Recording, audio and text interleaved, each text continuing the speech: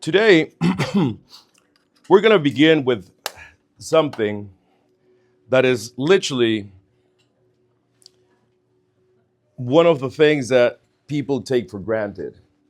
Yesterday, we paid a lot of attention to our language, right? So, when you think about language, right? When Dr. Bandler and Dr. Grinder went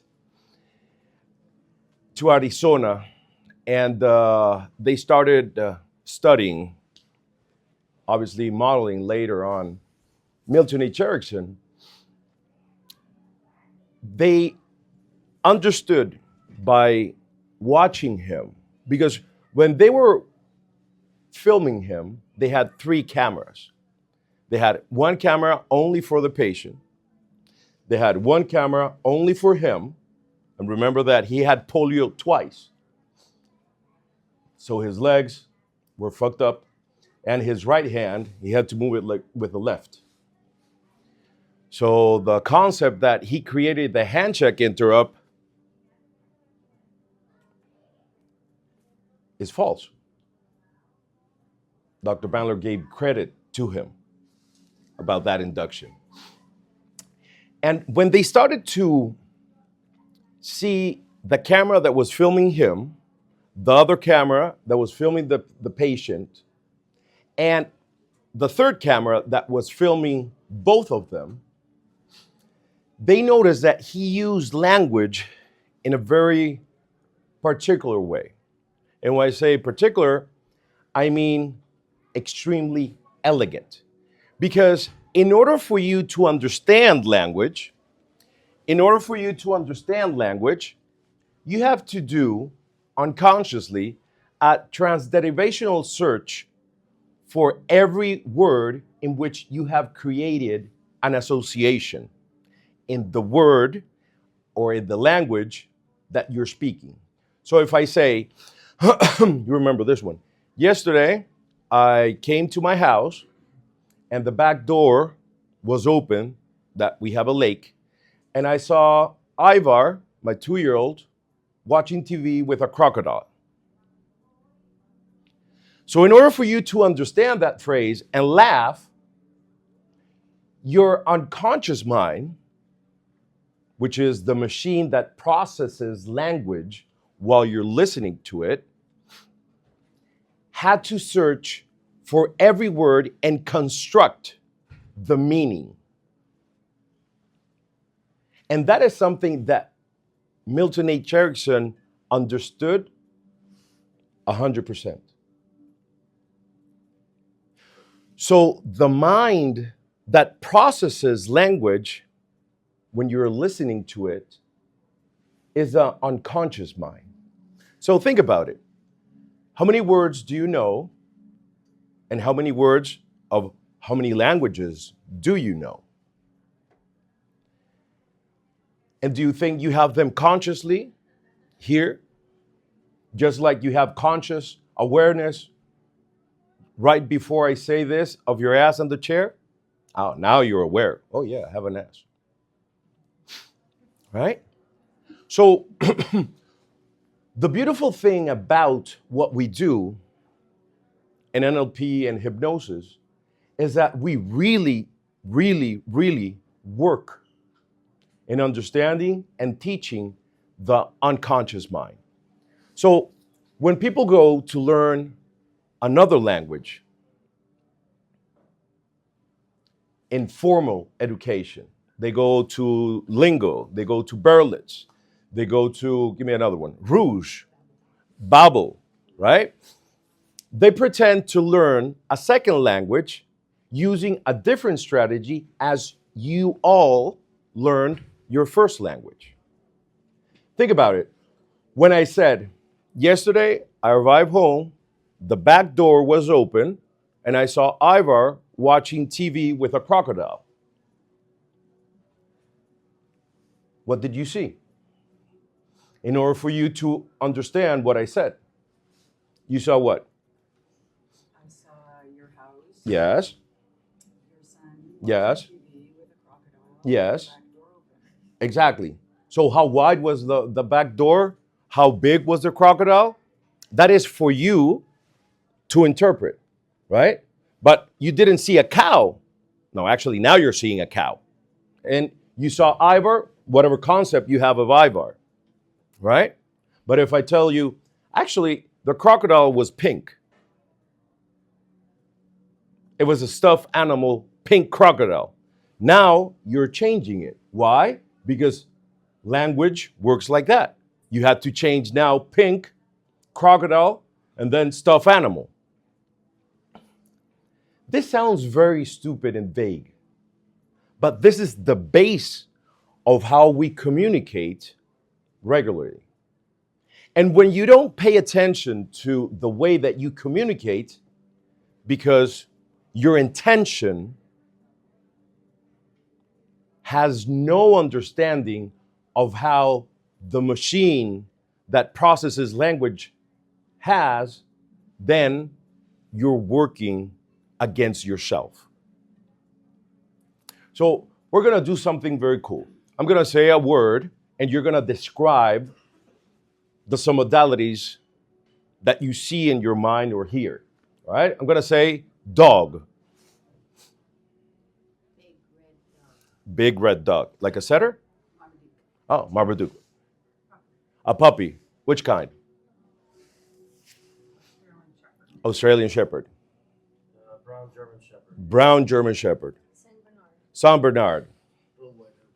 Rottweiler Brown. The fuck? It's not a Rottweiler. Maybe, oh, okay. It's your mind. Okay, I understand. How about Black fluffy dog. black fluffy dog? My old boxer smiling. Your old boxer smiling. How about you? A little brown puppy. A little brown puppy.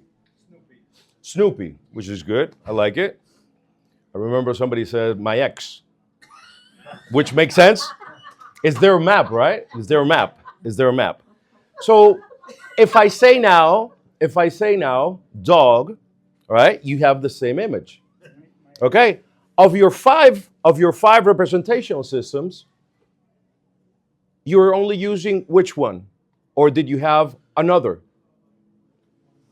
I'll ask you again. Of our 5 representational systems, right,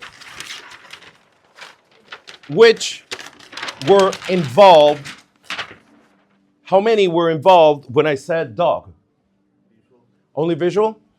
Nobody heard? Ow, ow. Okay, so somebody had visual and auditory. Okay, good. What does that mean? That they have visual and auditory. That's it. It's not like they're pieces and born in 76 under the dragon. No. It means that when I said dog, instead of having only one representational system, which is only an image, they also have an auditory element. Okay? Okay. And now I'm going to say wet dog. What happened now? Wet dog. What happened now? How many representational systems? Now you smell a wet dog. And do you see it? Okay, you see it? Okay, now he's doing this. Okay, how about you? You feel it? Okay. Feel it, smell it, see it. Okay. Who only smells it and sees it? Oh, you move yourself. You didn't want to get wet. Oh, man. Poison dog, right?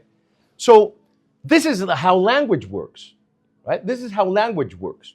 So when we are born, this is empty, literally, of information.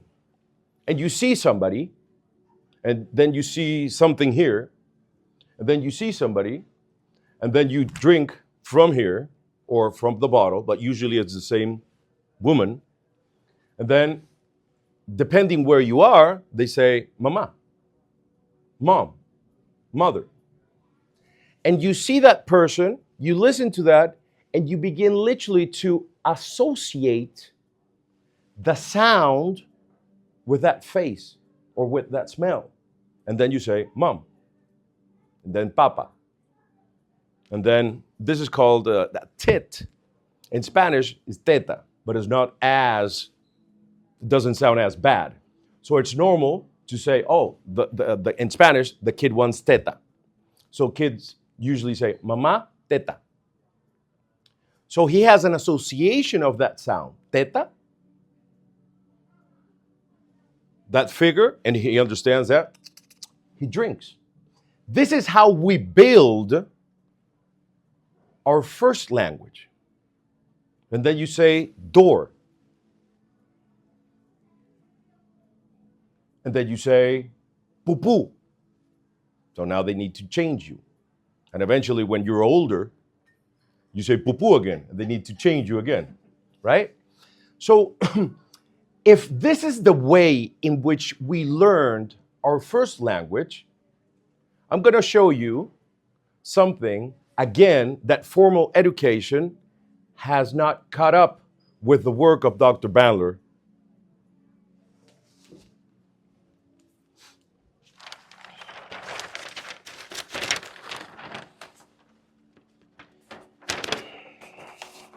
Okay? We're going to play a game. And the game consists on you being extremely quick, repeating or pointing out the same thing with the same sound. You need to put that on the ground, please. That I'm going to do. All right? So I'm going to do a gesture, and you're going to do the exact same gesture, mimicking the sound. Simple. Okay? Very simple. Okay? I'll do it, and you do it with me. Oki. Okay. Okay? Again. Oki. Okay. Okay? Ne. Ne. Ne. Ne. Anello. Anello. Point at this one. Anello. Anello. Point at mine. Anello. Anello. Okay? Oki. Okay. Ne. Ne. Anello. Anello. Luce. Luce.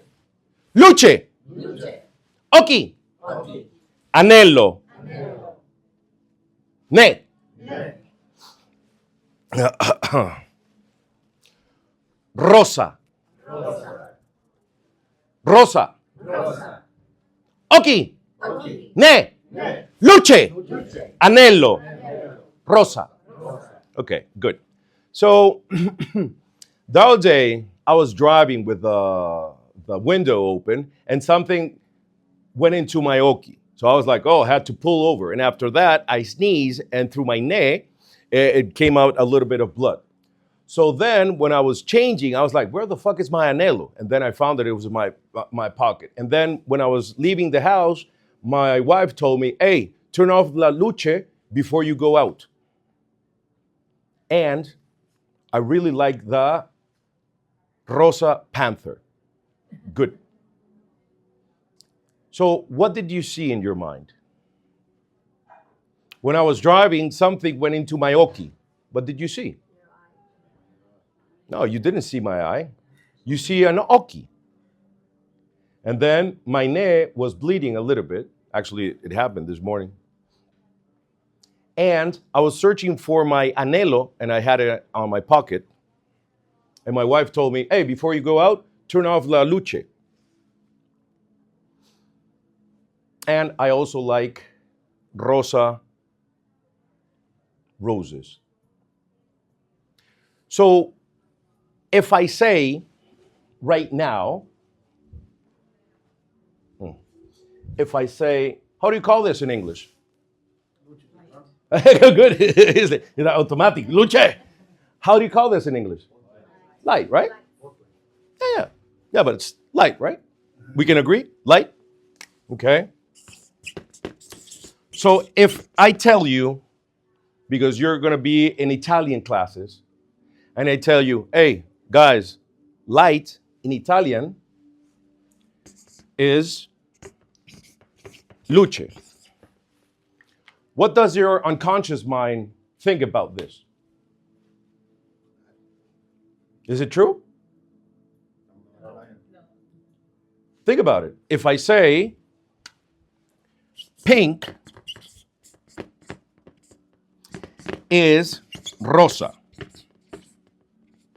is that true in the unconscious mind of yours? Yes. Are you sure? Now, yes. Okay. No, it's not. Now, yes, because you have to Yeah, but it's not the same. Because if I say light, I cut my left ball that you're not seeing this one. Because you learned some while ago an association that you already have a cortical pathway with light different than this one. If I say ring, as in a ring for your fingers, even though I'm saying it again, you're not seeing this one in your mind. Because when you created the cortical pathway with that association, I was not there with this one. So think about it. If I say ring, which one are you seeing really in your mind? Which one? It's not this one. It's not this one, right? So if I say anhelo, now which one are you seeing? The one you just created. So our unconscious mind is the one that creates the association. Therefore, light will never be luce, because you have a cortical pathway for luce and you have a cortical pathway for light. You have a cortical pathway for dog, and if I say perro is dog, even though you're hearing it maybe for the first time, maybe for 100 times, you're not having the same modalities, the same content inside. Therefore, every fucking word that we use has to be precise, because you are, I like Scorsese, gangster movies, but you can choose your director. You are the director of the brain of the people that are listening to you. So if I say the word calm, you do a transderivational search and bring your association for calm. So I don't give a shit if you see yourself, you are associated to calm, you're seeing something that is calm, I don't know, but you have an association which is calm. I bet that you're not watching this in your mind. Right? So if I say to you, because consciously, I want something that is good for you, and yet I don't understand how language works, and I say, don't worry. Even though I have a good intention, your unconscious mind doesn't give a fuck and has to do that transderivational search for worry. In sales, no, nobody has sued us before. It's okay. Why the fuck would you want to plant that idea in that client or prospect? You come downstairs on a robe. Hey, the hot water disappeared.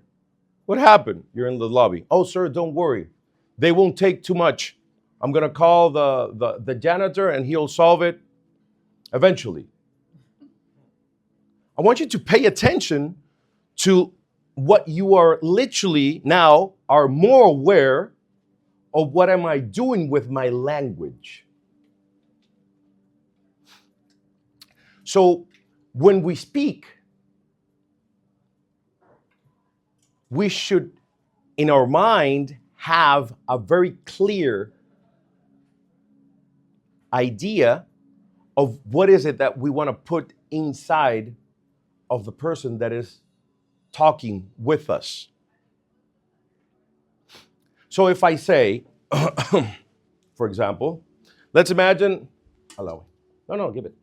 Let's imagine this doesn't have the lid, right? And it's boiling. And a girl comes. And she's going to do this. What is that immediate phrase that people say usually? Careful. Don't touch. Watch out. Careful. You're going to burn. What happened when he said you're going to burn? You saw the bone, the skin melting already, right? In a way. Or you saw red shit here. Yeah. Yeah, but think about it. Don't touch it. It might spill and burn yourself.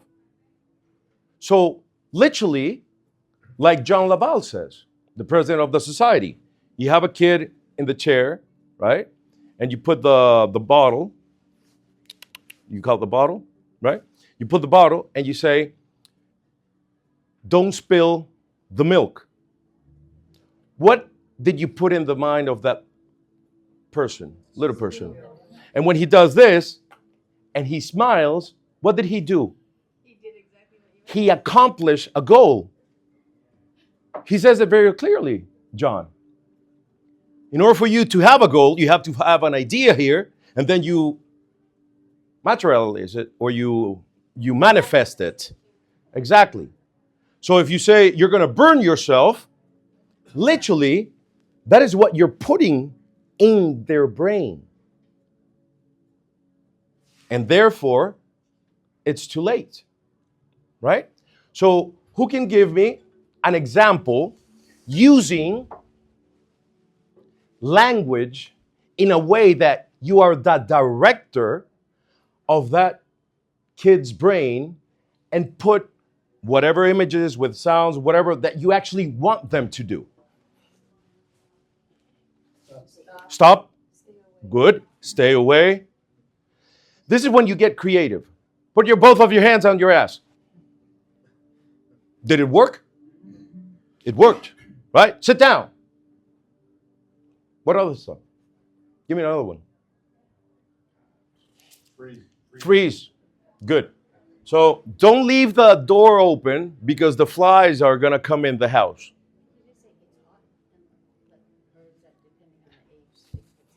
It doesn't matter. Doesn't matter. Because if I see you trying to grab a mug that it's fucking hot and it doesn't have a handle, I'm going to tell you, stay away from the cup. Because I want to put in your mind the movie or the image that I want you to actually have. Because if I say, don't throw papers on the floor, who saw a plain paper like this, straight? Who saw it like this? Exactly, but you didn't see it on the wall. Now you're seeing it on the wall. But when I say don't throw papers on the wall, or I say don't throw papers on the floor, where are you seeing them? Based on how we process language. Exactly. So when I do, which I don't do very much, only when they call me, I never do publicity to do corporate work. I don't like it. I like one-on-one things. So when people in HR departments do only this exercise that you're about to do, they change every fucking thing inside the office. Don't eat in your cubicle. In case of an emergency, don't use the elevator. Don't leave the chairs in the middle of the hall. So the exercise is going to be very simple. You know with who you live. You live with your husband, you live with your husband, you live with, family, you live with roommates. And I want you're going to pair up in a moment, and you're going to say a phrase like you used to say it before you came here this morning. In the negative.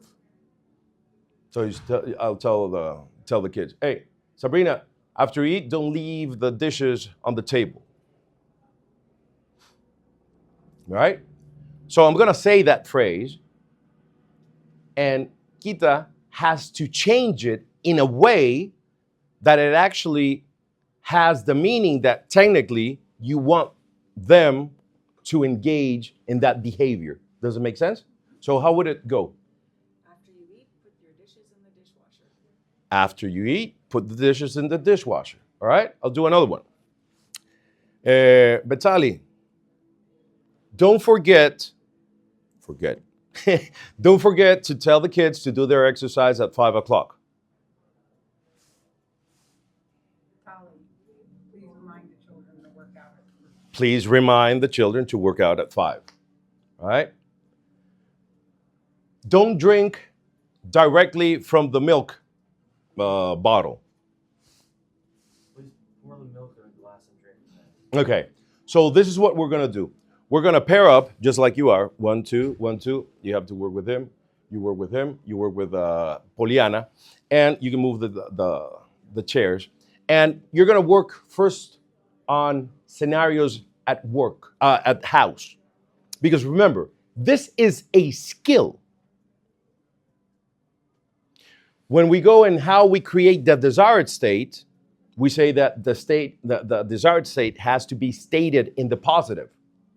So when clients come and they say, oh, I don't want to feel no more pain, that is not stated in the positive.